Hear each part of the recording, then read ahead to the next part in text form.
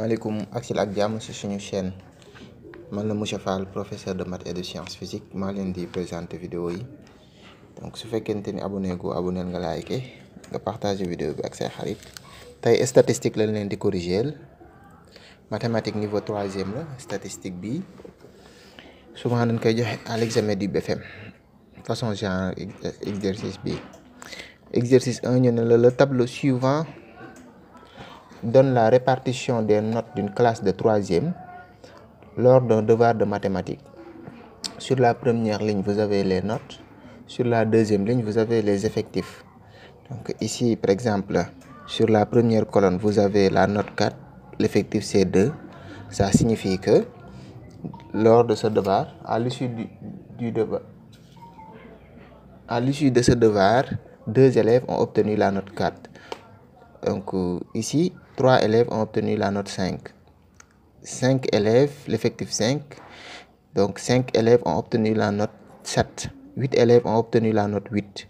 Donc ici, on n'a pas donné la valeur, c'est n. N, on ne le connaît pas. D'ailleurs, c'est l'objectif de la première question. Donc l'objectif de la première question, c'est de calculer l'effectif n de la note 9, sachant que la moyenne des élèves est x bar égale 9,15. Donc on va essayer de calculer la valeur de n. Donc pour calculer la moyenne, ici x bar, on met x bar égale, on applique la formule, donc on multiplie l'effectif par la modalité correspondante. Donc ici toujours 2 fois 4 plus 3 fois 5, ainsi de suite. Donc c'est comme ça qu'on va faire.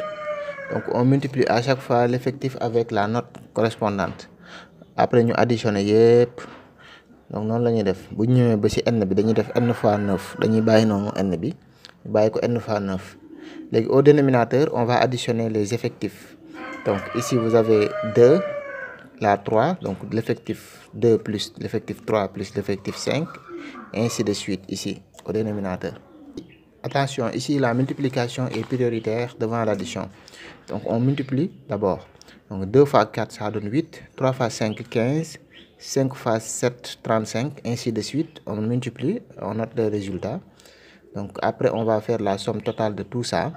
Mais 9n bi on le laisse comme ça. Au dénominateur soo additionné 2 plus 3 plus 5 plus 8 ainsi de suite daf lay jox 33. Donc on obtient n plus 33. Alors bi ma calculer lépp total bi fii nii daf ma jox 303. Donc yow tamit mën nga ko calculer nga vérifier. Donc da lay jox 9n plus 303. Au dénominateur j'ai obtenu n plus 33. Léegi da ngay poser l'équation x égale à 9,15. X égale 9,15 équivaut à dire que 9n plus 303 divisé par n plus 33 égale 9,15. Tu fais produit des extrêmes fois produit des moyens. Donc 9,15, son dénominateur ici c'est 1 sur 1. Du coup da ngay am 1 fois, donc 1 fois 9n plus 303, donc dénominateur fois numérateur, égale 9,15 fois n plus 33. Après tu développes le 9,15 à l'intérieur. Ici day joxe 9,15 n plus 33 fois 9,15. Là tu obtiens 1 fois 9n c'est 9n. 1 fois 303 c'est 303.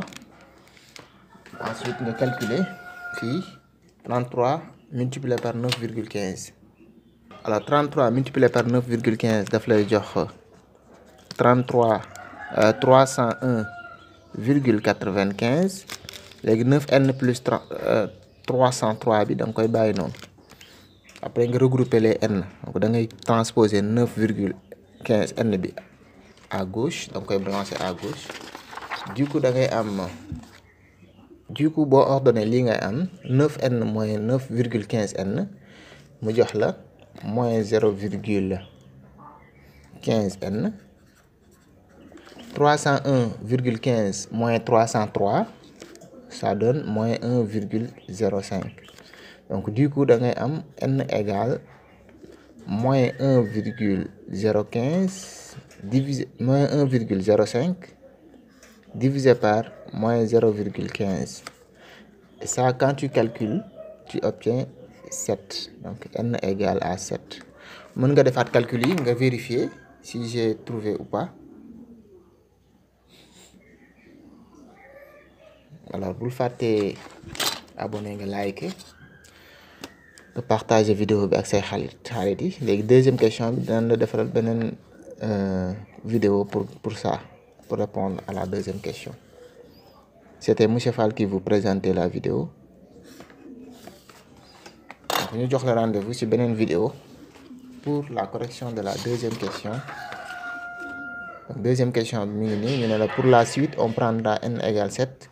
Le professeur décide de regrouper les notes en classes d'amplitude 4, sachant que la borne inférieure de la première classe est 4. Dressez un tableau comprenant les classes, les effectifs, les centres des classes, les fréquences en pourcentage et les fréquences cumulées décroissant en pourcentage. Boobu danañ la koy defal beneen vidéo spéciale pour ça.